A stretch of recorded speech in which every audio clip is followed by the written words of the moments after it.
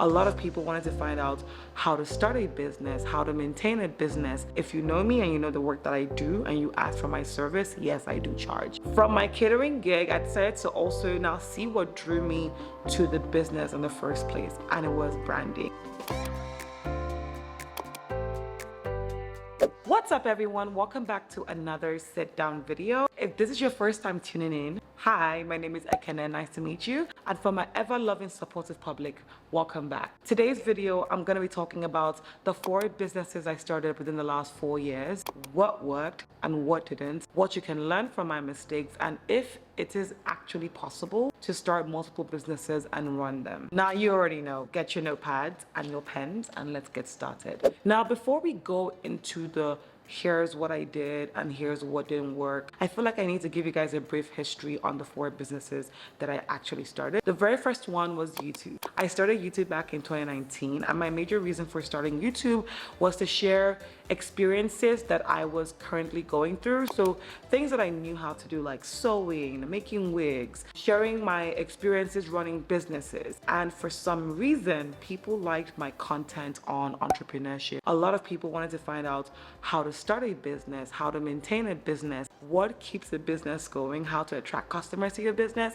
And I was like, hey, why not? Just share content that people want to see. And I have had I would say, very topsy-turvy relationship around it. I'll be very honest. There have been times where I felt like giving up. There have been times where I've been like, you know what? Why did I even invest money into this? But I felt like I would be doing a disservice to myself, because internally I love doing this. I love creating content. I love the idealization behind creating your own business, starting your own business, running your own business. I love sharing content about that. And I felt like, you know what, just keep going. There are people out there that rely on this information that you're sharing. And that's just what I did. The second business I ended up starting was a catering business. I feel like my perception behind starting a catering business also fell into branding. Now, my ideas on catering, or the reason why I wanted to start catering, was because, one, I had been fascinated with the branding behind catering, not here in Nigeria but abroad, and I wanted to bring that into Nigeria. I started with experimentation. I wanted to bring fun and creativity into the food, but when it came to the actual making of food, the outsourcing to staff and everything, I was overwhelmed. And that was part of the reason why I was just like, you know what, maybe this isn't my thing. I should just probably take a step back and realize what actually drew me to this business. From my catering gig, I decided to also now see what drew me to the business in the first place, and it was branding. I love branding. I love social media strategies. I love helping businesses recreate or attract customers to their businesses. And doing the branding, like, you know, making sure the colors are popping, making sure their social media pages are on point, making sure they're passing across the right information to the customers, even down to like creating TikToks and reels for them. I love doing all of that. And I started to do that for several businesses while I was still running my YouTube and my catering business. Now for me, consulting is like an on and off thing. It's not really like my major focus, and that's why I don't really promote it. It's more like, if you know me and you know the work that I do and you ask for my service, yes, I do charge. So it's something I started, but it's not something I'm fully focused into. Now, what are the things that I've learned from starting all these businesses? The first thing I've learned is that you become a jack of all trades and a master to none, which means that you start this several businesses, you're all over the place, and you have no uniqueness about yourself. If I start a catering business, I start a YouTube channel, I start a crafting business or a printing business, and I start a laundry business or something like that, I'm all over the place. There's no direction, there's no footing, there's nothing that draws customers to me, there's nothing that also retains the current customers that I have. I am a vertical entrepreneur. I'm not a horizontal entrepreneur. And what this means is that a vertical entrepreneur just starts several businesses that they're passionate about. But a horizontal entrepreneur starts a business from a major or a core business. For example, if I'm starting a school, I can start a training school or a training agency that trains teachers in that school. I'm also starting a uniform business that sells uniforms to students in that school.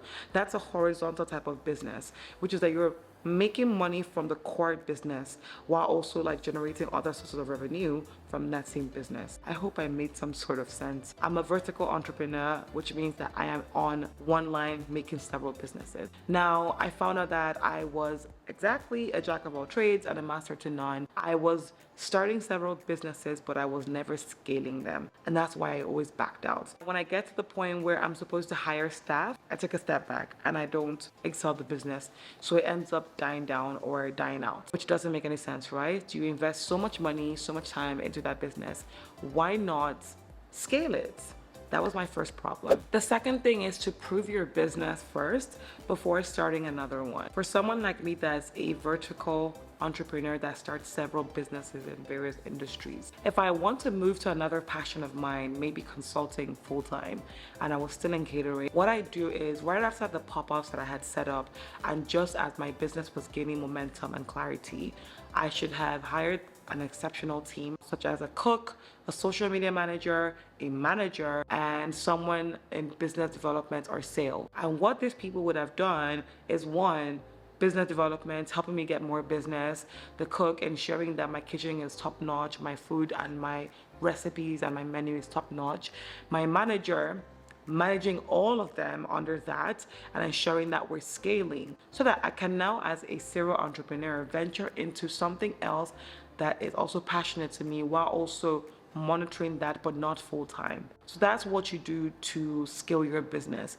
If you want to convince people that you are a serial entrepreneur, you can start that by making sure the first venture that you're doing is excelling on its own without you being there before moving to another type of business. So if you want to be a serial entrepreneur and you want to also start several businesses, use the vertical motion, which says start one, focus on it, grow it to the point where it can stand on its own, and then embark on another venture so that you are not just, again, a jack of all trades and a master to none. Another thing I think I learned was to build complementary businesses to your core business. This all goes back to the horizontal type of entrepreneur I mentioned earlier. If you own a school and you're having problems with teachers, and their lack of training, you can set up another business that its core focus is to train teachers. If you do exceedingly well with that, you can also outsource that service to other schools that are in need of that. If you also have a problem with